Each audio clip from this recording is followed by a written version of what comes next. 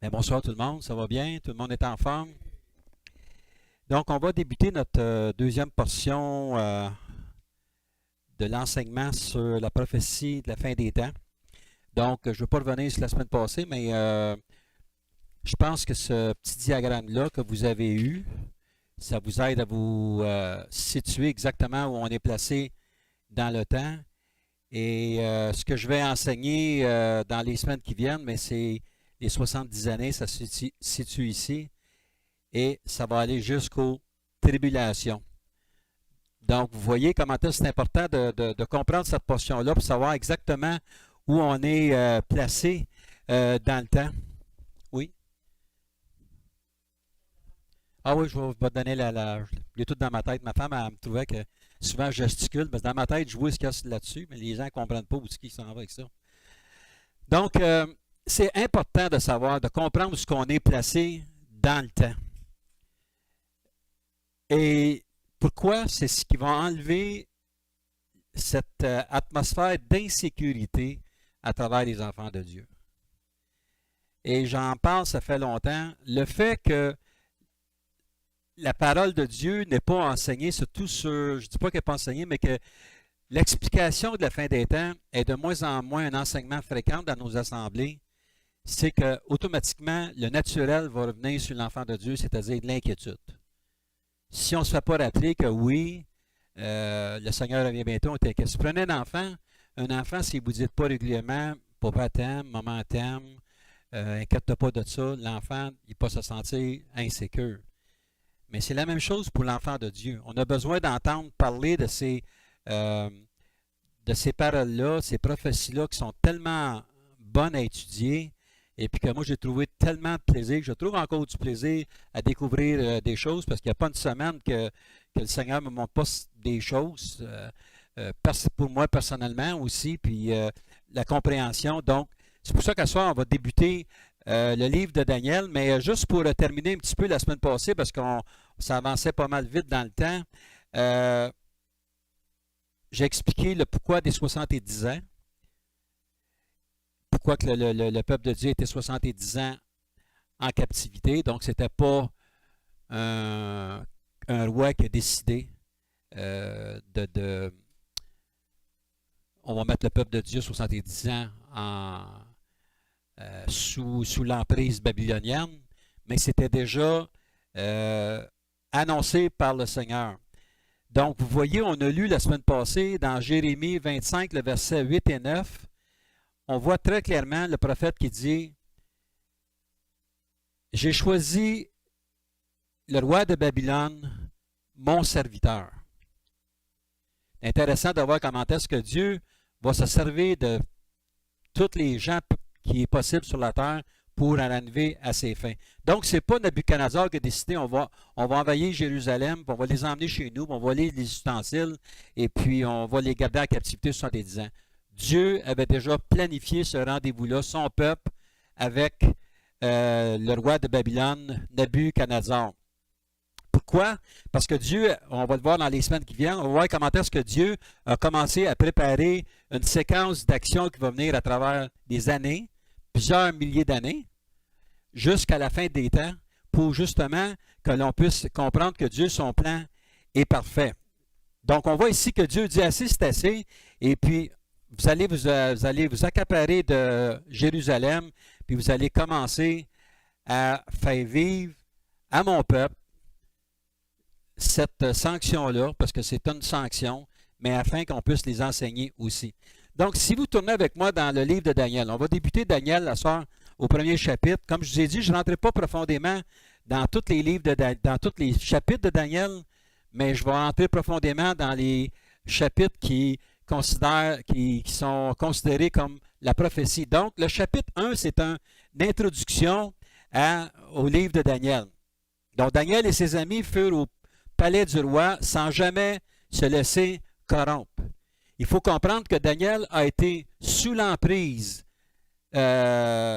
babylonienne et même à travers Cyrus, parce que vous allez voir, ça change de roi, 70 ans, sans jamais se détourner de la voie de son Dieu. Ensuite de ça, on voit que dans Daniel 1, le verset 5 à 7, donc le roi leur assigna pour chaque jour une portion de mets de sa table et du vin dont ils buvaient, voulant les élever pendant 3 années, au bout desquelles ils seraient au service du roi. Et un peu plus loin, on voit au verset 6, il y avait parmi eux, d'entre les enfants de Juda, Daniel, Anania, Michaël et Azaria. Le chef des eunuques leur donna des noms, Daniel celui de Belchazzar, Anania celui de Shadrach, Michaël celui de Meshach et Azaria celui d'Abednego. Et au verset 8, Daniel résolut de ne pas se souiller par les mains du roi et par le vin dont le roi buvait, et il pria le chef des eunuques de ne pas l'obliger à se souiller. Donc, on voit que le roi avait quelque chose à faire, c'est qu'on va emmener les Juifs, et puis il a pris les plus brillants, si on peut, du peuple de Dieu, puis il dit, on va leur enseigner nos lois, les mœurs ou les choses qui se font à travers le peuple babylonien. Donc, ils ont appris tout par rapport aux divinités. Donc, la première chose que le roi a faite, c'est qu'il a changé leur nom. Puis le nom de chacun de ces, là, comme Michaël et Azaria, donc on voit Daniel, Belchazzar, c'est des noms de faux dieux. Donc, vous voyez dans Daniel 5, lorsqu'il va rencontrer le fils de Nebuchadnezzar, qui se fait appeler Belchazzar, le roi du dieu babylonien. Et tous les autres noms, Shadrach, Meshach et Abednego, ce sont 3 rois aussi. Ce sont 3 dieux, faux dieux, dont le dieu de la lune, le dieu du soleil et puis le dieu de la prospérité. Donc, c'est 3. Fait qu'il dit, vous allez porter ces noms-là. Et les 4 amis ensemble, ils ont dit, il n'y a pas de problème si tu veux changer notre nom. Il n'y a pas de problème si tu veux qu'on apprenne sur Babylone. Parce que souvent, même moi, il y a d'autres religions que j'ai étudiées, parce que tu ne peux pas porter un jugement si tu n'as pas étudié quelque chose, tu veux savoir qu'est-ce qu'il y en est. Mais il y a une chose, par exemple, que Daniel et ses amis ont dit, par contre, on ne peut pas accepter les mets de ta table. Pourquoi? Parce qu'avant qu'ils les emmènent sur la table, ces mets-là étaient consacrés aux dieux babyloniens. Donc ça, c'est un point très important à comprendre. Pas prendre la nourriture qui était offerte aux dieux chaldéens. Il a dit non. Et c'est pour ça qu'au verset 8 de Daniel 1, au verset 8, il dit « Daniel résolut de ne pas se souiller par les mains du roi et par le vin dont le roi buvait, et il pria le chef des eunuques de ne pas les obliger de se souiller. » Bon, les mets, ça peut être... Les mets dans le système prophétique, c'est oui ce qu'il donnait, mais on peut le prendre, on peut le mettre, on peut faire un parallèle avec notre vie. Est-ce qu'on étudie la parole de Dieu et on se laisse souiller par les choses du monde? Pour ne pas avoir de problème, pas avoir de trouble à quelque part, on est-tu capable de dire, ben oui, moi je suis le Seigneur, mais regarde, je vais faire ça, même si je sais que ce n'est pas correct. Vous voyez comment est-ce que c'est... On lit la parole pour quelqu'un, mais ce quelqu'un-là, il faut l'appliquer dans notre vie pour qu'on devienne quelqu'un aussi. Le Seigneur veut je ne veux pas dire qu'il veut nous tester, mais il veut voir le cœur. Puis je pense qu'il n'y a pas personne ici qui ne peut pas dire « Ah non, moi, il n'y a pas de danger, je ne veux pas me suivre. » On ne se souillera pas peut-être des façons graves, mais des fois, on est porté à douter, des fois, on est porté à comprendre certaines choses. Et on voit avec l'apostasie qui prend de plus en plus place sur la planète, beaucoup de chrétiens ne croient pratiquement plus à la parole de Dieu, mais qui sont dans les choses du monde. En fait, même, il y a beaucoup de gens qui s'appellent pasteurs ou enseignants, qui enseignent des choses qui sont fausses à ce que la parole de Dieu dit. Donc, moi, je n'ai pas de problème quelqu'un qui enseigne, mais il faut comprendre un peu l'esprit qui l'anime en arrière de cet enseignement-là. C'est quoi son but? Est-ce que c'est d'éloigner les enfants de Dieu, de leur Dieu, pour des fins personnelles, que ce soit financière, que ce soit peu importe. On voit des scandales. Je parlais avec un de mes amis qui est à Québec, comment un prédicateur là-bas qui avait une belle église, et puis comment est-ce qu'il s'est détourné, puis là, la justice est après lui, puis le courage. Puis il est tellement convaincu qu'il a bien fait qu'il a fallu qu'il se sauve dans son pays pour ne pas rester là parce qu'il n'est pas capable de faire face à la justice. Donc, vous voyez, c'est ça qu'il faut décortiquer. Puis moi, je veux dire, comme pasteur, souvent, il y a des gens qui me posent que si tu penses, d'un tel, je ne suis pas là pour juger personne. Souvent, je dis aux gens, je ne le connais pas, je ne sais pas c'est qui, mais j'aime écouter les prédications, j'aime entendre ce qu'il dit. Puis généralement, le Seigneur va nous donner une petite voix dans nous autres, va dire fais attention à ce qui est enseigné ou pas. Comme je vous dis, ce n'est pas nécessairement de croire ce que je vous dis à 100%, mais demandez à l'Esprit qui vous confirme ce qu'il vous enseigne pour être certain que si je fais une erreur quelque part, que vous ne soyez pas amené vers l'échec à cause de l'enseignement pour le nom du Seigneur. C'est ça qu'il faut faire comprendre. Ensuite de ça, pas prendre la nourriture qui est offerte aux dieux chaldéens. Le verset 11 à 17 de notre texte, c'est un texte qui est spécial aussi. Alors Daniel dit à l'intendant, à qui le chef des eunuques avait remis la surveillance de Daniel, d'Anania, de Michaël et Azaria, éprouve tes serviteurs pendant 10 jours et qu'on nous donne des légumes à manger et de l'eau à boire. Tu regarderas ensuite notre visage et celui des jeunes gens qui mangent les mets du roi et tu agiras avec tes serviteurs d'après ce que tu auras vu. Au verset 14, il leur accorda ce qu'ils demandaient et les éprouva pendant 10 jours. Au bout de 10 jours, ils avaient meilleur visage et plus d'embonpoint que tous les jeunes gens qui mangeaient les mets du roi. L'intendant apportait les mets et le vin et leur étaient destinés et il donnait des légumes. Dieu accorda à ces 4 jeunes gens de la science, de l'intelligence dans toutes les lettres et de la sagesse, et Daniel expliquait toutes les visions et tous les songes. Donc, ici, on va arrêter un petit peu. Ces hommes-là ne sont pas devenus végétariens. Et on a vu lorsque ces prédications-là disent, tu vois, la viande, c'est pas de Dieu, c'est manger avec des légumes. Daniel, Ananias, Saphira, les autres, ils ont juste mangé des légumes, c'est ça qu'ils demandent. C'est pas ça que ça veut dire. Ce que ça veut dire, c'est qu'eux ont décidé, on peut prendre les légumes que tu nous donnes, mais donne-nous pas la viande qui est destinée au faux Dieu, et puis l'emmener sur notre table, on leur refuse ça. Et même à travers le monde chrétien, souvent, tu vas dire, la viande, c'est pas de Dieu. Non, la Bible nous dit très clairement de manger de tout ce qu'il y a sur la table. C'est sûr et certain que si tu as une carence en viande, ben, mange moins de viande, va-t'en avec le poulet, va-t'en avec le poisson, ou ces choses-là. Mais le but de l'exercice, qui ne se sont pas laissés polluer par les mets du roi, mais ça a eu une conséquence qui était grande. La parole nous dit très clairement, au terme fixé par le roi, au verset 17, Dieu accorda à ces 4 jeunes gens de la science, de l'intelligence dans toutes les lettres et de la sagesse, et Daniel expliquait toutes les visions et tous les songes. Si on veut être quelqu'un qui comprend la parole de Dieu, si on veut être quelqu'un qui est convaincant ou qui veut apporter une parole au Seigneur, c'est important que nous, notre côté, on soit déjà un bon témoignage.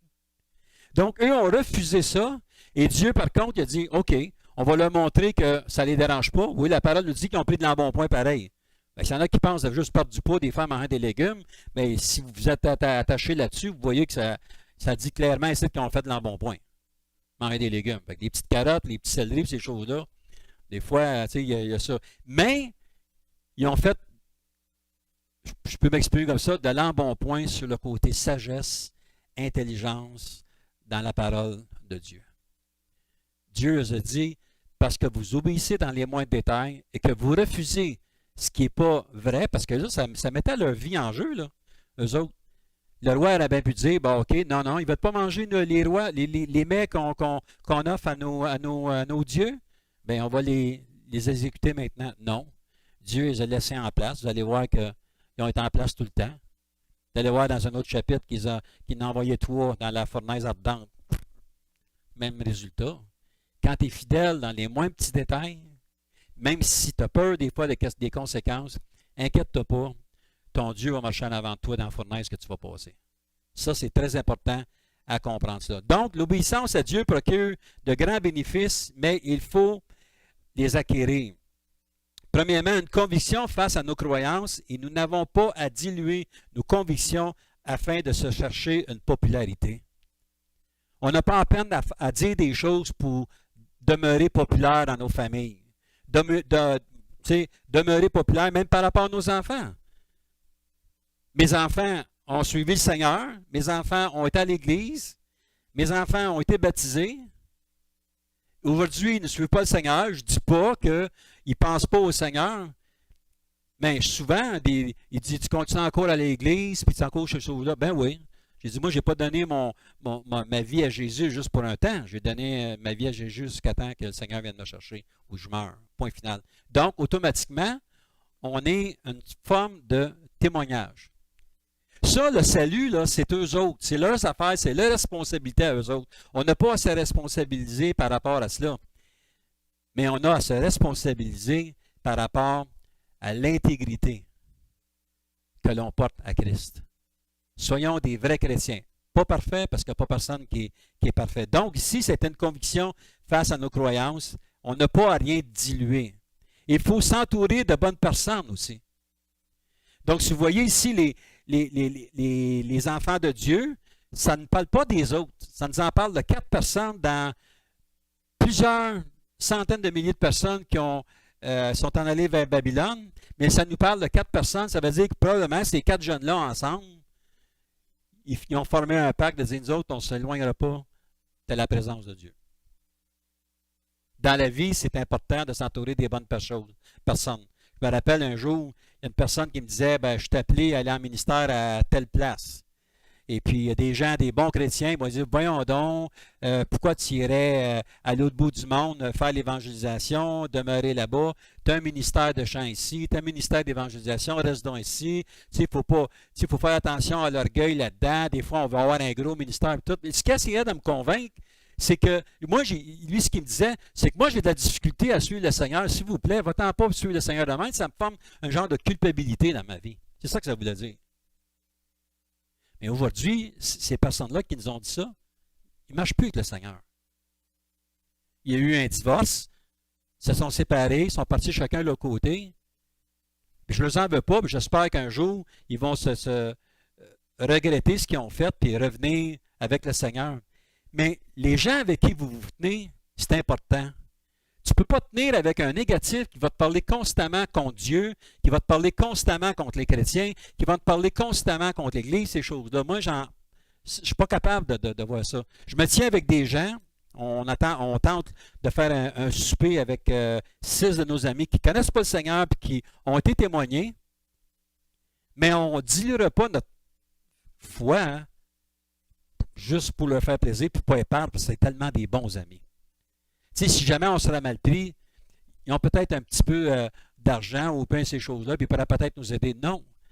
Ma conviction, c'est le Seigneur. Et c'est ce que ces jeunes-là ont fait ici. Ensuite de ça, lorsqu'on est entouré des bonnes personnes, on demeure calme et courageux. Regardez avec moi le psaume 46. Le psaume 46, le verset, on va le lire au complet. On va être bien même. Psaume 46. Dieu est pour nous un refuge et un appui, un secours qui ne manque jamais dans la détresse. C'est pourquoi nous sommes sans crainte quand la terre est bouleversée et que les montagnes chancellent au cœur des mers. Quand les flots de la mer mugissent, écument, se soulèvent jusqu'à faire trembler les montagnes, il est un fleuve dont les courants réjouissent la cité de Dieu, le sanctuaire des demeures du Très-Haut. Dieu est au milieu d'elle. Elle n'est point ébranlée. Dieu la secoue dès l'aube du matin. Des nations s'agitent, des royaumes s'ébranlent, et fait entendre sa voix la terre au fond d'épouvante, et l'Éternel des armées est avec nous. Le Dieu de Jacob est pour nous une haute retraite. Venez, contemplez les œuvres de l'Éternel, les ravages qu'il a opérés sur la terre. C'est lui qui a fait cesser les combats jusqu'au bout de la terre. Il a brisé et il a rompu la lance, il a consumé par le feu les chars de guerre. Arrêtez et sachez que je suis Dieu. Je domine sur les nations, je domine sur la terre. L'Éternel des armées est avec nous, le Dieu de Jacob est pour nous une haute retraite. Ici, lorsqu'il dit au verset 11, « Arrêtez, sachez que je suis Dieu, je domine », ça veut dire que la terre, ça veut dire que les cieux, il n'y a rien qui peut se décider par eux autres mêmes. Tout cela est entre les mains de Dieu. Le début et la fin. C'est pour ça que je t'ai donné ce petit diagramme-là au début de l'enseignement la semaine passée, pour justement qu'on puisse réaliser que depuis la création de la terre jusqu'à la fin, il y a quelqu'un qui domine sur cette terre-là, sur les échéanciers, et c'est Dieu. Et il faut comprendre cela si on veut avancer avec sûreté dans la vie. Donc, après 70 années, le dette concernant le sabbat avait été payé. Ils ont la permission de retourner à Jérusalem pour la reconstruction de la ville et du temple. Et les écrits concernant la construction, bien, vous pouvez les trouver dans le livre d'Esdras, Néhémie, Esther. Bon, si vous voyez dans ces trois livres-là, bien, ça vous parle de la reconstruction. C'est des choses qui sont arrivées après la déportation, lorsque les Juifs ont décidé de revenir. Puis je pense que je les ai la semaine passée, mais je vais le répéter, sur 1 million de gens qui sont en allés à Babylone. La première quantité de gens qui sont revenus était seulement de 50 000. Donc, vous voyez comment est-ce qu'il y en a qui ont resté attachés au côté babylonien. Et c'est ça qu'on veut regarder plus en détail aujourd'hui. Donc, ça, c'était pour le chapitre 1. Donc, le chapitre 2, on va être beaucoup plus profond dans notre enseignement. Donc, on veut parler de la tête ici. Cette tête-là. Là. Donc, Nabuchodonosor. Donc, il va y avoir possiblement de texte à lire, puis d'explications. Donc, le chapitre 2 et le chapitre 7 vont de pair. Donc, au chapitre 7 de Daniel, ça va vous donner plus en détail quels sont les pays. Mais si vous ne savez pas la base, vous allez dire, bien, c'est qui le Javan, puis c'est qui ci, puis c'est qui ça. On va avoir de la difficulté à comprendre ça. Donc, tous veulent comprendre ce que la Bible enseigne sur la fin des temps. On se doit d'étudier le chapitre 2. Et ça, c'est le début. C'est le début d'un temps bien précis que Dieu commence à expliquer. Donc, ça va à Babylone. Après ça, Babylone va être défaite. Ça va dans un autre pays. Ce pays-là va être défaite. Ça va dans un autre pays. Donc, comme vous voyez ici, vous avez Babylone, vous avez les Médès, les Perses qui sont ici. Vous avez la Grèce qui est ici. Vous avez Rome, les deux jambes. Ensuite de ça, vous avez les orteils et les pieds qui sont motifs de fer et de glaise, d'argile ou peu importe, qui ne sont pas capables de s'amalgamer ensemble. Et puis, c'est sur la terre. Et donc, lorsque le Seigneur va revenir, c'est ce royaume-là qui va être sur la terre.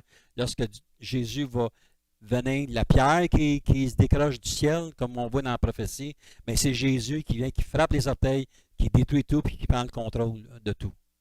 Donc, ce n'est pas l'Antichrist. L'Antichrist n'a rien à faire à partir de là. L'Antichrist va avoir un rôle à jouer lorsque l'Église est enlevée. L'esprit de l'Antichrist, elle est déjà présente. Les apôtres en parlaient. On sait déjà, même dans Jacques et dans Pierre, qui disaient, oui, l'Antichrist, et même l'esprit de l'Antichrist est déjà présent au milieu de nous. Donc, eux autres, il y a 2000 ans, quelques centaines d'années passées, ils étaient au courant de ce qui se passait. Ils savaient que l'esprit de l'Antichrist. Pourquoi? Parce qu'ils avaient compris les enseignements de Jésus, puis ils disaient, ben écoute, il y a quelqu'un qui va venir ici, Satan ou l'Antichrist. Mais ça, on va en parler plus, mais qu'on aille dans Matthieu 24, on va être plus en mesure de décortiquer ça plus par rapport à cette compréhension-là. Plusieurs ont certaines difficultés aussi à comprendre pourquoi Dieu donne un rêve à un roi païen. Vous allez voir que dans le chapitre 2, c'est Dieu qui donne un rêve à Nabuchodonosor. Et puis, Daniel est là pour donner la signification de ce rêve-là. Si vous allez dans Daniel 4, c'est Dieu qui donne une vision à Daniel, pour expliquer à Nabuchodonosor qui va compléter finalement la chute de Nabuchodonosor. Donc, c'est intéressant comment que le Seigneur travaille. Plus que tu veux t'approcher de lui, plus qu'il va te montrer des choses. Donc, ce rêve nous démontre que tout va en s'affaiblissant dans le monde. Ce rêve nous donne une date précise sur l'année que cela se passe et l'année que tout va se terminer. Si les débuts de la Bible sont difficiles à écrire ou à dater avec exactitude, ben moi, je peux vous dire qu'à partir de ce moment-ci, les dates sont précises. Vous allez voir comment ça marche à l'année. Et puis, la seule chose qu'on n'est pas capable de décortiquer, c'est quand exactement le Seigneur va revenir. J'essaie de toutes sortes de façons d'essayer de trouver quelque chose. J'ai des idées. Ben, mes idées, c'est mes idées, puis on n'est pas capable de les donner. Fait que, gare à celui qui vous donne une date exacte. Boum! Normalement, c'est un faux prophète. On n'est pas supposé de le savoir. L'image donnée ici est le portrait de la civilisation et comment tout va se rétrograder d'une façon expéditive. Donc ici, on voit que la tête, c'est l'or, puis on voit ici, c'est l'argile avec les orteils. Donc si vous voyez, si vous connaissez un petit peu les métaux, moi j'ai travaillé un petit peu dans les métaux, mais vous voyez l'or, vous voyez l'argent, vous voyez le bronze, vous voyez le fer. Ensuite de ça, vous voyez l'argile. Dans une échelle de 1 à 10, l'or est au maximum et puis l'argile, c'est ce qu'il y a de moins solide à travers ça. Donc, tu ne peux pas bâtir une maison sur l'argile. Tu peux enlever un peu, mais qu'il y ait un bon petit déluge, ça va s'écraser. Il n'y a pas le choix. Donc, c'est un petit peu, ça nous donne aussi un peu la position par rapport à ça de l'apostasie. Ça nous explique que dans les derniers temps, lorsque l'apostasie va s'en venir. Donc, l'apostasie, elle est en place à l'heure actuelle. Elle n'est pas à son maximum, mais elle s'en va vers son maximum. Donc, l'apostasie, c'est de s'éloigner des valeurs que le Seigneur nous a enseignées. Et puis, c'est ce qui va amener une défaillance. Dans Daniel 2, le verset 24 à 28, donc, on se rappelle du songe que Nabuchodonosor a eu. Donc, après cela, se rendit auprès d'Arjoc, à qui le roi avait ordonné de faire périr les sages de Babylone. Donc, ça, c'est Daniel et ses gens. Il alla et lui parla ainsi. Ne fais pas périr les sages de Babylone, parce que lorsque Nabuchodonosor a rêvé à cette statue-là, il n'était pas capable de comprendre. Donc, il faut comprendre que lui, il avait des faux prophètes, il avait des diseurs de bonne aventure, il enseignait l'astrologie. Donc, il était chercher des gens qui étaient pour lui donner la signification de c'est quoi le rêve que j'ai. Des fois, il y a des gens qui, je trouve ça terrible, il y a des gens qui rêvent, et puis moi, j'ai rêvé à ça. Qu'est-ce que tu penses que c'est, ça? Mais il n'y a pas personne sur la terre qui peut te donner la signification d'un rêve. Généralement, un rêve, ça va arriver de quelque chose qui t'a été dit, de quelque chose que tu as vécu, puis à un moment donné, ça vient. Tandis qu'un songe, c'est Dieu qui te donne un songe. Il veut que tu comprennes le but précis. Le rêve, c'est quelque chose de global, tandis que le songe, c'est souvent, ça t'arrive. Un songe, tu peux avoir un songe, tu es réveillé. Un rêve, normalement, tu dors quand tu as ça. Donc, verset 25, Arjoc conduisit promptement Daniel devant le roi et lui parla ainsi. J'ai trouvé parmi les captifs de Juda un homme qui donnera l'explication au roi. Le roi prit la parole et dit à Daniel, qu'on nommait Belchazar, es-tu capable de me faire connaître le songe que j'ai eu et son explication, ou le rêve? Daniel répondit en présence du roi et dit, ce que le roi demande est un secret que les anges, les astrologues, les magiciens et les devins, les sages, les astrologues, magiciens et les devins ne sont pas capables de découvrir ou de découvrir au roi. Mais il y a dans les cieux un Dieu qui révèle les secrets et qui a fait connaître au roi Nabuchodonosor ce qui arrivera dans la suite des temps. Voilà ton songe et les visions que tu as eues sur ta couche. Donc, Daniel ne s'est pas accaparé de dire oui. À ce moment-là, il n'y avait absolument rien qui pouvait dire qu'il était capable de décrire avec exactitude le rêve, le songe ou ces choses-là. Mais le fait qu'il est obéissant au début de son ministère, comme on a vu dans Daniel 1, mais Dieu lui a donné la sagesse, Dieu lui a donné l'intelligence qu'il puisse comprendre ce qui lui était demandé. C'était quelque chose. Tu sais, je me mets, mettez-vous à la place de Daniel, tu arrives comme ça, là, tu essaies de dire, il va te donner telle affaire, il y a eu une statue. Donc, on va voir ça en détail dans quelques instants. Et on voit le rêve, verset 29 du chapitre 2. Donc, sur ta couche, ô roi, il t'est monté des pensées touchant ce qui sera après ce temps-ci. Et celui qui révèle les secrets t'a fait connaître ce qui arrivera. Donc, dans son rêve, Dieu il a dit, il a donné à Nabuchodonosor exactement ce qui était pour arriver. Bien, Nabuchodonosor n'avait pas la connaissance ou l'esprit de Dieu pour découvrir ce qui en était exactement. Donc, lui, ce qu'il voyait, c'était une tête, il voyait des bras, il voyait des hanches, il voyait des jambes. C'est juste ça qu'il voyait, lui. Puis il essayait de mettre ça bout à bout. Il dit, comment est-ce que ça peut arriver? Au verset 30, « Si le secret m'a été révélé, ce n'est point qu'il y ait en moi une sagesse supérieure à celle de tous les vivants, mais c'est afin que l'explication soit donnée au roi et que tu connaisses les pensées de ton cœur. » Verset 31, « Au roi, tu regardais et tu voyais une grande statue. Cette statue était immense et d'une splendeur extraordinaire. Elle était debout devant toi et son aspect était terrible.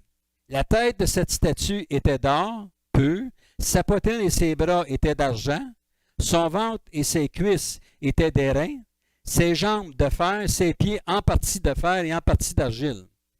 Tu regardais lorsqu'une pierre se détacha sans le secours d'aucune main, frappa les pieds de fer et d'argile de la statue et les a mis en pièces. Alors le fer, l'argile, l'airain, l'argent et l'or furent brisés ensemble, et devint comme la balle qui s'échappe d'un air en été. Le vent les emporta, et nulle trace n'en fut trouvée, mais la pierre qui avait frappé la statue devint une grande montagne et remplit toute la terre. C'est Jésus, ça. C'est pas l'Antichrist. Donc, il donnait ça. C'est comme si, dans son rêve, Dieu sort Nabuchodonosor de son rêve, puis il va dire, regarde, je vais te faire rêver à quelque chose. La statue est là. Ça fait penser à David. David qui avait commis l'adultère, et puis on sait tous que le meurtre qu'il avait fait en enrayant Uri, le mari de Bathsheba, finalement. Et puis, qu'est-ce qu'il a fait pour lui faire réaliser? David s'en allait quelque part, mon coup de prophète Nathan arrive là. Là, Nathan, il dit, hey, j'ai quelque chose à te conter, David. Ben, que oui. Ben, il y avait un roi, puis là, au lieu de prendre sa propre brebis, il a pris celle, la veuve qui était là. David, dans tous ses états, il dit, il mérite juste la mort, puis il faut l'enrayer de la terre. Mais il dit, la personne que je viens de parler, il dit, c'est toi. Donc, Dieu disait à Nabuchodonosor, il dit, sors de ton rêve, réveille-toi, le songe était là, puis là, tu te regardes à cette heure, ce que je montre, c'est toi qui es en haut, puis tu vas regarder comment est-ce que tu vas être défait jusqu'à terre, jusqu'à temps que tout le royaume soit enlevé de là. Donc, premièrement, Daniel 2, le verset 37-38.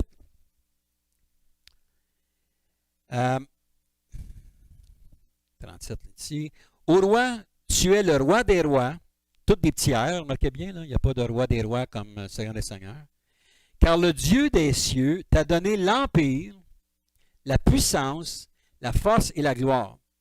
Il a remis entre tes mains, en quelques lieux qu'il habite, les enfants des hommes, les bêtes des champs et les oiseaux du ciel. Il t'a fait dominer sur eux tous. C'est toi qui es la tête d'or. Donc, on voit ici que la tête d'or, c'est Nabuchodonosor. Et ce temps-là, ça se situe entre 605 et 539 avant Jésus-Christ. Je pense que vous l'avez sur votre... oui, ils sont marqués ici. Là. Donc, ça, c'est le temps que le règne de Nabuchodonosor a été sur la terre. Babylone, il faut comprendre que Babylone regorgeait d'or et tout était fait d'or. J'en suis parlé la semaine passée, je ne sais pas si je m'ai mal expliqué. Babylone, c'était vu comme le paradis. C'était une des 7e merveilles du monde. Les jardins suspendus. Et puis la parole nous parle un petit peu, ça nous donne un petit peu la grandeur de Babylone. Si on regarde dans le prophète Isaïe 14 et le verset 4, alors tu prononceras ce chant sur le roi de Babylone et tu diras, et quoi, le tyran n'est plus, l'oppression a cessé. Si on va un peu plus loin dans Jérémie 51, prophète Jérémie 51 et le verset 7,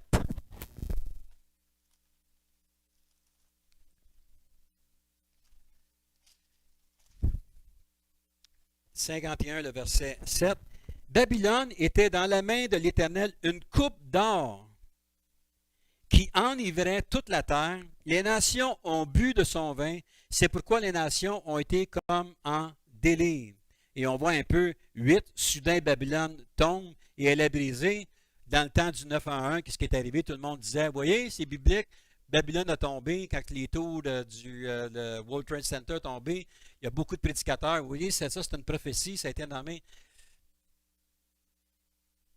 Ce texte-là s'adresse directement à la nation de Babylone 600 ans avant Jésus-Christ.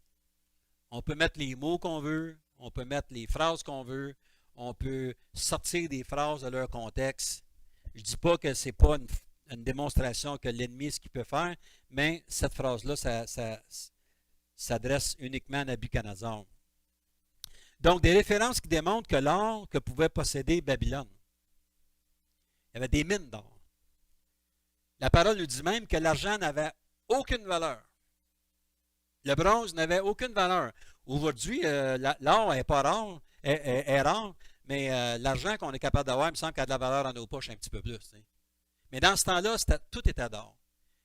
Les portes étaient faites d'or, les planchers étaient faits d'or, les plafonds étaient faits d'or, les ustensiles étaient faits d'or. Il n'y avait rien de cheap là-dedans. Là. Donc, ça prenait quelqu'un qui était là. Donc, la tête d'or, c'était Nabuchodonosor. On va en parler dans les semaines à venir. Deuxième point, si on regarde dans Daniel 2, le verset 39. Après toi s'élèvera un autre royaume moindre que le tien, puis un troisième royaume qui sera d'airain. Donc ici, ça nous parle de deux royaumes.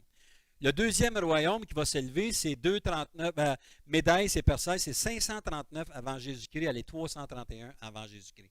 Et ça, c'est l'argent.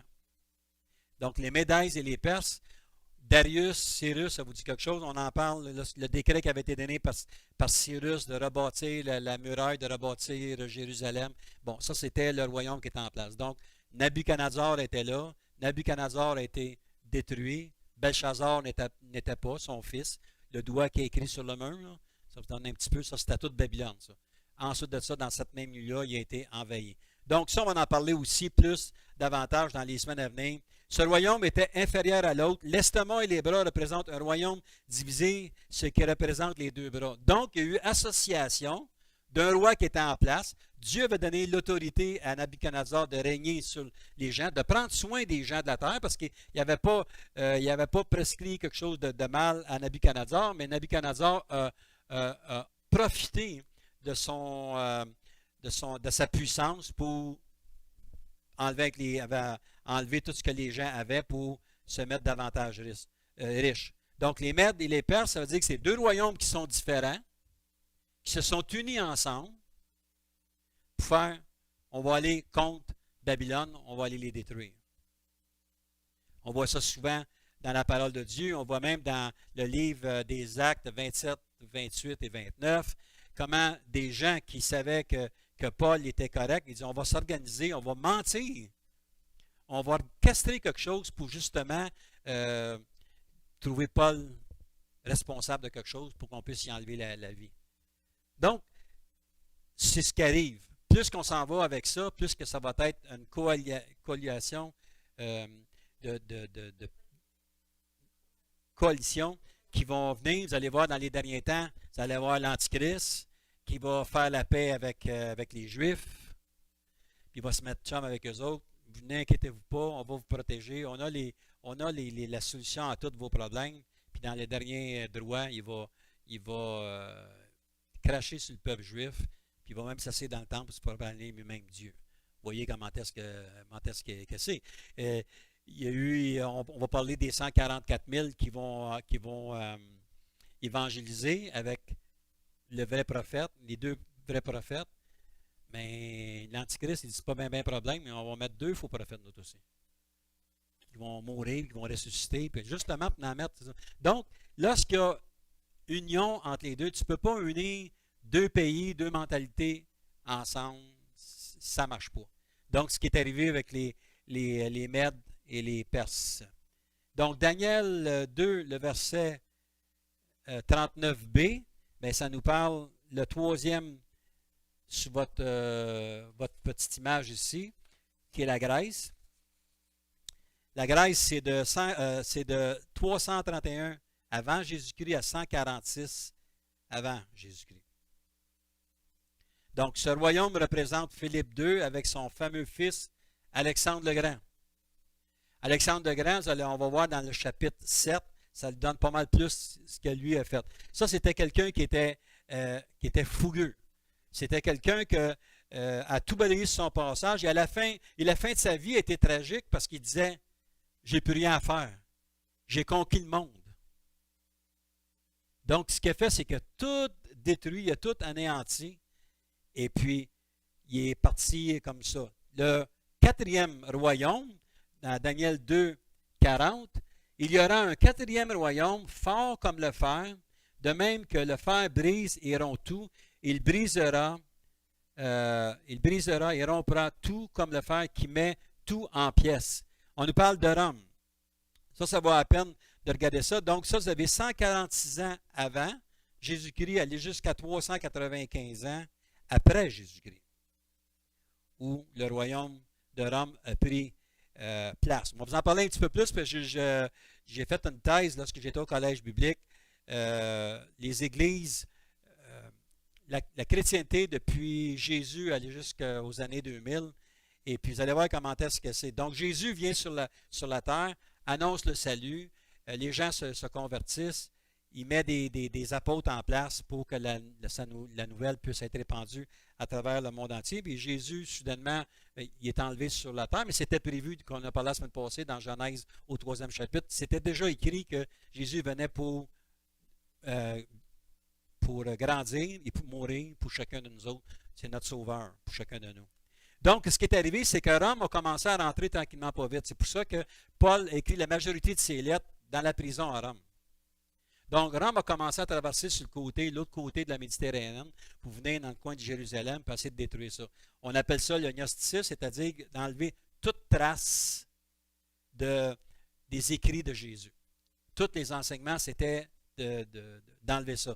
Donc, les apôtres, juste pour te dire comment est-ce que c'est, Rome, c'est lui qui a crucifié Jésus, tué Pierre et Paul, ils ont détruit le temple, ils ont emmené le gnosticisme, il s'est enrayé de toute trace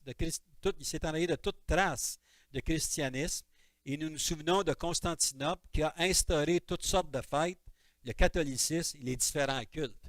Donc, si vous allez étudier un peu dans ça, si vous regardez Constantinople, quand ça a commencé 300 quelques années après Jésus-Christ, vous allez voir qu'il y a un paquet de liturgies, puis un paquet de fêtes qui ne sont pas bibliques, puis qu'il a mis en place. Il a mis des dates. Il a changé les mois. Les mois, le mois dans le temps biblique, c'était mi-mars, début avril. Ça, c'était le premier mois de l'année, Pâques. Mais c'est pas ça qu'il a fait. Lui, il a mis le premier mois de l'année, c'est le mois de janvier. Ensuite de ça, il a installé les signes zodiaques qui étaient avec ça. Chaque mois voulait dire telle chose. Donc, ça venait de loin, là. Ça venait de plusieurs années auparavant. Donc, ils ont commencé à mettre ça. Ils ont commencé à mettre des fêtes. Ils ont commencé à instaurer l'Immaculée Conception. Vous vous souvenez de ça? La fête de Joseph au mois de mars. Le mois de Marie au mois de mai.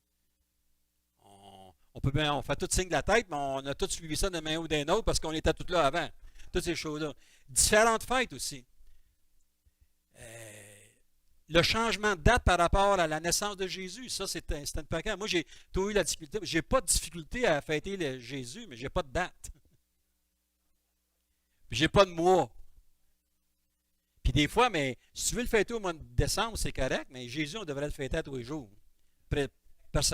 personnellement. Donc, à un moment donné, il y en a qui se trouvent des sujets pour au moins les 3 dernières prédications du mois de décembre. Mais je veux dire, tout ça, ça a été commencé 300 quelques années après Jésus, puis ça a été une petite goutte à la fois. Puis dans les années 1000, après Jésus-Christ, il y avait tellement peu de prédicateurs qui emmenaient la parole de Dieu, comme c'est comme si l'Esprit était inerte sur la terre. Il n'y avait rien qui se passait. Puis ça a été dans les années 1500, 1600, 1700, 1800, Jonathan Edwards, puis vous vous rappelez de tous les grands évangélistes. Là, ils ont commencé à prêcher le même message que Jean-Baptiste annonçait. Le message d'espoir, un message que le Seigneur venait pour... un message de repentance, Jean-Baptiste. Jusqu'aux années... avant les années, il y a 2000 ans, pas 2000 ans passés, mais les années 1900. J'en ai parlé, je pense, la semaine passée, mais en tout cas, le pays de Galles, le réveil au pays de Galles, vous avez eu à Susa, où il y a eu le Saint-Esprit qui était donné à provision, où il y avait des réunions 7 jours par semaine, des gens venaient à la connaissance, des gens étaient baptisés du Saint-Esprit. Puis c'est à travers, c'est dans ce temps-là que le mouvement pentecôtiste a pris forme. Mais ce qui s'est passé aussi à travers cela, c'est que le mouvement pentecôtiste a pris forme, mais du mouvement pentecôtiste pur que le Seigneur, ce qu'il voulait, c'est qu'on puisse amener. Il y a eu 3 mouvements pentecôtistes qui se sont installés. Ça, je vais en parler, puis je n'ai pas peur de le dire, parce que j'ai eu à vivre avec ça quand j'ai été dans l'Ouest, parce qu'ici au Québec, je n'entendais pas parler. Tu avais les assemblées de Pentecôte. Tu avais l'Église apostolique de Pentecôte du Canada, puis tu avais l'Église unie de Pentecôte du Canada. Vous voyez, c'est 3 mouvements différents. Les 2 premiers sont conformes. Le 3e, c'est une secte. Jésus seulement. Faut que tu baptises juste dans le nom de Jésus. Tout est dans le nom de Jésus. Quand on était dans l'Ouest, on voyait ça beaucoup. Quand on était même au Nouveau-Brunswick, on voyait ça. Au Québec, quand j'ai commencé à parler, quand je suis arrivé ici, je disais, j'étais avec l'Église apostolique de la Pentecôte du Canada. Wow, c'est quoi ça? C'est une nouvelle dénomination? Ben, c'est parce que ça a commencé dans les années 1900. Mais tu sais, quand tu ne fais pas de recherche, puis tu t'en vas avec des lunettes, puis tu dis, moi, je ne regarde pas, non, c'est juste ça, ben, à un moment donné, tu t'aperçois que, je n'essaie pas de dire que les assemblées de Pentecôte, c'est faux, c'est pas ça que je veux dire. C'est une bonne dénomination, mais il y a eu un message qui a été dilué à travers ça. Donc, c'est important de le dire aussi, il faut marcher selon ce que la parole de Dieu dit. Bon, fermons les parenthèses pour ça. C'était ça. Donc, Rome rentre en place. Donc, Rome, c'est un régime qui était difficile. C'est eux autres qui ont tout contrôlé. Ils contrôlaient la maternité que les femmes, il fallait qu'elles soient enceintes lorsque le curé passait. Tout a été mis là. Et puis, Diane sortait une feuille que j'ai trouvé ça drôle. Elle l'a lu, je pense, cet après-midi. Elle dit, lorsqu'on a abjuré comme catholique, on faisait ça dans le temps. Et puis, elle a lu ça, mais à un moment donné, elle dit, elle dit, quand c'est marqué, c'est bon. Là, parce que prenez votre décision, parce que ça a de lourdes conséquences, parce que si vous abjurez, on vous efface du livre des baptêmes que l'Église a ajouté. Parce que, tu sais, il fallait que tu sois là. Ouais, au cimetière et ces choses-là. C'est intéressant à comprendre que aujourd'hui, là, tu arrives avec ton baptistère que tu avais là, en papier, là, c'est 0 open bar. C'est pas bon pantoute. Donc, c'est le gouvernement qui a pris ça. Le mariage, que moi j'ai officié beaucoup de mariages, que c'est pas juste une question de ça prend un prêtre ou ça, là, non. Le mariage, à la base, c'est un contrat d'une union entre 2 personnes. C'est ça que c'est le mariage. Je n'essaie pas de dire qu'on va éloigner Dieu de cela, parce que l'Ecclésiaste dit la corde à trois brins. Donc, c'est important que ça soit fait. Tu ne peux pas marier un inconverti avec un converti parce que tu vas avoir certaines... Bon, mais en tout cas, voyez comment est-ce que Rome est arrivé, puis il s'est accaparé de tout, et puis c'est à suivre ça aussi. Dans Daniel 2, le verset 42 et 43, donc, vous voyez, et comme les doigts des pieds étaient en partie de fer et en partie d'argile, ce royaume sera en partie fort et en partie fragile. Tu as vu le fer mêlé avec l'argile, parce qu'ils se mêleront par des alliances humaines, mais ils ne seront point unis l'un à l'autre, de même que le fer ne s'allie point avec l'argile. Donc, ça, c'est la confédération romaine aujourd'hui. Ça, c'est dans le thème qu'on se parle. Vous avez entendu parler de ça, les 10 pays qui vont s'unir ensemble. Bon, c'est pas clair encore, mais ça se dessine de plus en plus, là. Il y a une coalition qui se fait pour prendre en charge ce qui va se passer sur la Terre. On a vu comment est-ce que l'argent, à cette heure, c'est plus l'argent américain qui va prévaloir, c'est l'euro. C'est de plus en plus ça. Puis je ne sais pas si l'euro va se demeurer jusqu'à la fin, ou s'il va y avoir une monnaie. Je sais qu'il va y avoir une monnaie qui va être universelle qui va venir dans le futur. Donc, deux matières qui ne se mêlent pas. Donc, les deux jambes représentent Rome de l'Est, le régime donné par Constantinople, un régime qui était sévère, comme on a tous connu. Et l'Ouest, l'autre jambe, là, si vous voulez bien, c'est l'Empire de Rome, le centre d'opération à Rome. Donc, à Rome, vous voyez le pape qui est là pour gérer ces choses-là. On peut voir qu'à l'heure actuelle, le pape s'en va trier avec les musulmans. Le pape s'en rencontre un tel ici. Le pape rencontre ça là. Donc, il y a quelque chose à croire que il y a une coalition qui est en train de se faire ensemble. Donc, dans les derniers jours, ça ne sera pas impossible de voir que musulmans, chrétiens ou catholiques ou ces choses-là vont être tous unis ensemble. Moi, je me souviendrai un jour, on était à Vancouver et puis il y avait une réunion qui avait été demandée par les hommes de foi là, qui étaient sortis. Là. Puis dans le BC Stadium qui était là, on avait peut-être à peu près 25-30 000 hommes qui priaient ensemble. Jéhovah, musulmans, catholiques, évangéliques, les gens, on se prend tous par la main puis on prie ensemble. De toute façon, on prie tous le même Dieu. Ben, c'est la seule réunion que j'ai été parce que je me dis, ouais, ça n'a pas d'allure. Et même dans le temps de la journée du Canada, le 1er juillet, l'Église qu'on était nous autres s'unissait avec toutes les dénominations, peu importe les dénominations, pour s'unir ensemble pour fêter la fête du Canada. Je n'ai pas de problème qu'on fête la fête du Canada si on veut fêter, mais à un moment donné, c'est quoi le pacte, encore une fois, que les gens vont essayer de bâtir ensemble. Vous voyez que l'ennemi, ce qu'il fait, c'est comme ça. On a vu tantôt avec les Médès et les Perses, ils veulent s'unir à quelqu'un, puis ils veulent former une coalition ensemble. Donc, c'est qu'est-ce qui s'en vient. Ces deux jambes-là vont supporter 10 orteils, qui sera 10 royaumes de leaders, ou si vous voulez une coalition sera formée. Cette coalition est à venir et sera en place lorsque Jésus reviendra. Donc, on voit dans Daniel 2, le verset 33-36, ça en a parlé, et le verset 44, dans le temps de ces rois, le Dieu des cieux suscitera un royaume qui ne sera jamais détruit, comme j'ai lu tantôt, et passera point sur la dénomination d'un autre peuple. Il brisera en entièrement tous ces royaumes-là, et lui-même subsistera éternellement. Donc, on voit qu'il y a quelque chose qui s'en vient par rapport à cela. Le fer est vu aussi comme une autorité très rigide, et la glaise, qu'on l'a vu tantôt.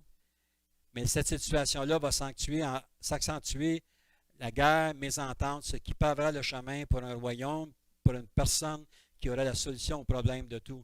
Dans Daniel 11, le verset 36 à 45, Daniel 11, le verset 36 à 45, Le roi fera ce qu'il voudra, il s'élèvera, il se glorifiera au-dessus de tous les dieux, il dira des choses incroyables contre le Dieu des dieux, il prospérera jusqu'à ce que la colère soit consommée, car ce qui est arrêté s'accomplira. Il n'aura égard ni au Dieu de ses pères, ni à la divinité qui fait les délices des femmes. Il n'aura égard à aucun Dieu, car il se glorifiera au-dessus de tous. Toutefois, il honorera le Dieu des forteresses sur son piédestal. À ce Dieu qui ne connaissait pas ses pères, il rendra des hommages avec de l'or et de l'argent, avec des pierres précieuses et des objets de prix.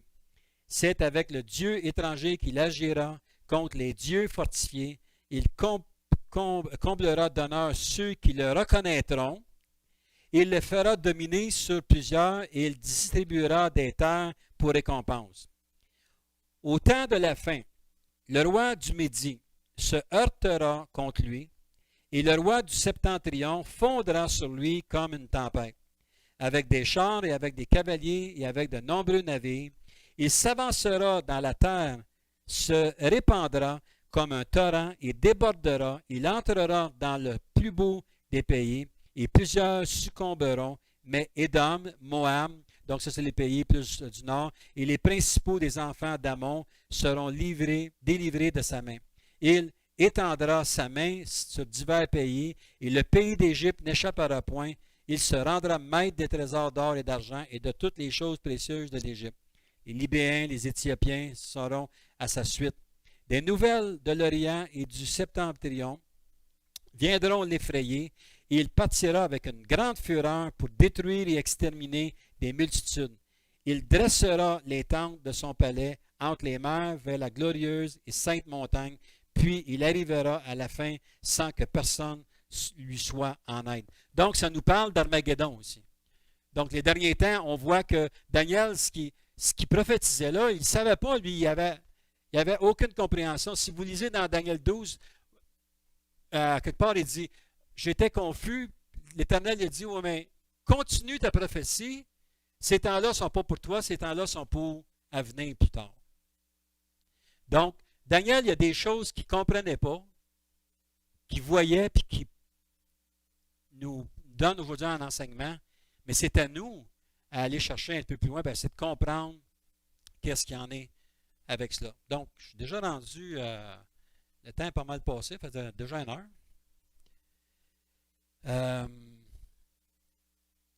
J'en ai encore trop à faire. Tu es capable d'un autre petit 15 minutes? Oui, oui, OK.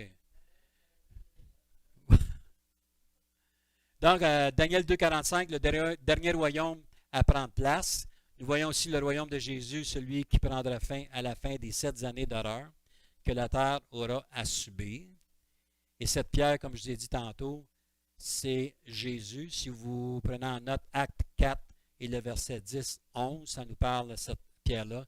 Cette pierre devint une grande montagne, royaume surnaturel. Les hommes peuvent faire des briques, mais seul Dieu peut faire des pierres. Donc, ce n'est pas une brique qui va descendre, c'est une pierre, et c'est seulement Dieu qui est capable de faire une pierre, et c'est lui qui va détruire cette puissance-là sur la terre. Ce royaume se fera soudainement. On va lire dans Zacharie, prophète Zacharie 14.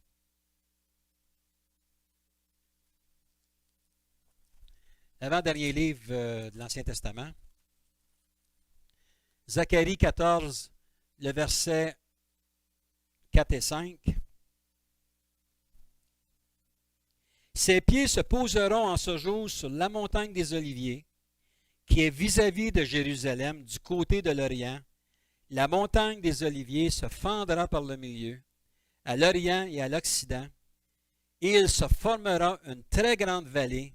Une moitié de la montagne reculera vers le septentrion, c'est-à-dire vers le nord, vers Tyr et Sidon, si vous avez une map, et une autre moitié vers le Midi, vers en bas. Vous fuirez alors dans la vallée de mes montagnes, car la vallée des montagnes s'étendra jusqu'à Hatzel. Vous fuirez comme vous avez fui devant le tremblement de terre au temps de Osias, roi de Juda. Mais écoutez bien ça ici. Et l'Éternel, mon Dieu, viendra et tous ses saints avec lui. Donc, voyez-vous qu'on ne peut pas être là lorsque... Ça nous parle d'Armageddon. On ne peut pas être là lorsque Armageddon va arriver. C'est impossible. Et c'est pour ça qu'on regarde dans Matthieu 24, puis je vais l'expliquer comme il faut.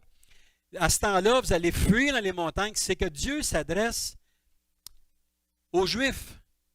Il y a des gens qui vont être sauvés. Ça nous le montre aussi dans l'Apocalypse 7. Les élus qui sont aux pieds et qui crient au Seigneur. C'est pas l'Église, ça. C'est ceux qui vont être sauvés. Donc, il y a des gens qui vont courir parce qu'il y a des gens qui vont dire « Wow, c'est ça qui s'en vient ». Donc, ceux qui disent qu'on est là dans le temps les temps de l'Apocalypse, qu'on est là, la colère de Dieu, ça n'a aucun sens qu'on soit là. C'est de défaire complètement ce que la parole de Dieu nous dit à la base. Ça, c'est pas moi qui le dis, c'est la parole qui nous le dit, ça. Donc, Matthieu 24, 39, Matthieu 24, versets 29 et 30, vous pouvez le lire. Puis Apocalypse 7, 1, 7, vous pouvez le lire aussi, ça vous donne ces choses-là. Juste parce que je veux vous donner du temps, là. Donc, Matthieu 24, le verset 29 et 30, et l'Apocalypse 1 et le verset 7. Donc, la destruction soudaine, l'Apocalypse 1, le verset 7, 1, verset 7, et la destruction soudaine du monde rebelle. Donc, vous pouvez mater aussi, on va le lire plus dans Daniel, on ira plus avec ça. Donc, ça nous parle dans Daniel 7 et Apocalypse 13, et le chapitre 13 jusqu'au chapitre 17, 19, ça nous parle de ça. Donc ça sera un royaume qui va être sévère, un royaume qui sera un succès complet, parce que Dieu, ce qu'il a prédit, va l'accomplir comme sa parole. Donc, en conclusion, devons-nous agir comme Daniel aujourd'hui? Premièrement, il faut être confiant et ferme dans nos décisions. C'est important d'être confiant et ferme dans nos décisions. Vous avez décidé de suivre le Seigneur. Vous ne comprenez peut-être pas tout ce qui est écrit. Je ne comprends pas tout ce qui est écrit, mais c'est notre devoir à nous de ne pas se laisser influencer, de dire « je ne le sais pas, mais je vais aller lire la parole, ce que la parole de Dieu dit ». Une personne peut dire ce qu'il veut, mais qu'est-ce que la parole de Dieu dit? Donc, c'est ça qu'il faut comprendre. Être confiant et ferme aussi en ce qui concerne sa parole. Être confiant en ses promesses. Les promesses, il ne les a pas juste écrites pour qu'un jour, il va les éliminer. Non, ces promesses sont éternelles. C'est ce que la parole nous enseigne. Et c'est à lire la parole et c'est à méditer la parole qu'on est capable de tout comprendre cela. Être confiant qu'il va accomplir ce qu'il a dit. Et comme j'ai expliqué au début de cette étude, Dieu donne une direction et surtout des directives et des indices qui sont vrais afin que ceux qui sont attachés à sa parole aient une idée claire de ce qui s'en vient. Avant, comme je disais tantôt, je ne veux pas me répéter, est-ce que la personne qui dit des choses, elle sait exactement ce qu'elle dit? Est-ce qu'elle est capable de prendre sa parole et de le dire? Il y a beaucoup de gens qui vont dire, ben oui, mais j'ai entendu, j'ai lu ça, il me semble que j'ai vu ça quelque part. Non. Quelqu'un devrait être capable de dire, ben regarde, la parole, si tu le dis, montre-moi dans ta parole. Si la personne n'est pas capable de faire ça, c'est à se poser des questions. Qu'est-ce qu'il y en est? Un enfant de Dieu ne doit pas être inquiet en ce qui concerne le futur, que Dieu a donné ses Écritures afin que nous sachions et comprenions ce qui doit arriver. Donc, par le fait même, nous n'avons aucune inquiétude à avoir. Amen. Prions le Seigneur. Seigneur, merci encore une fois pour ta présence. Merci Seigneur pour ton amour. Seigneur, c'était beaucoup de matériel ce soir et je te prie que tu puisses nous aider dans nos temps de réflexion, qu'on puisse aller voir ces versets-là et que ces versets-là, Seigneur, puissent s'imprégner dans nos cœurs, dans notre pensée. Parce que on a cette fâcheuse habitude de lire, de comprendre, où on dit Amen, puis 3 semaines après, c'est comme si on avait encore oublié. Mais Seigneur, ne permets pas cela, mais que l'on puisse comprendre avec exactitude ce que tu veux nous enseigner, ce que tu veux nous montrer, Seigneur. Donc, merci encore une fois, Seigneur, pour les gens qui sont ici ce soir. Je te prie de les bénir abondamment, de nous protéger sur notre chemin de retour. Et c'est dans le beau nom de Jésus qu'on a prié. Et tout ton peuple te dit Amen.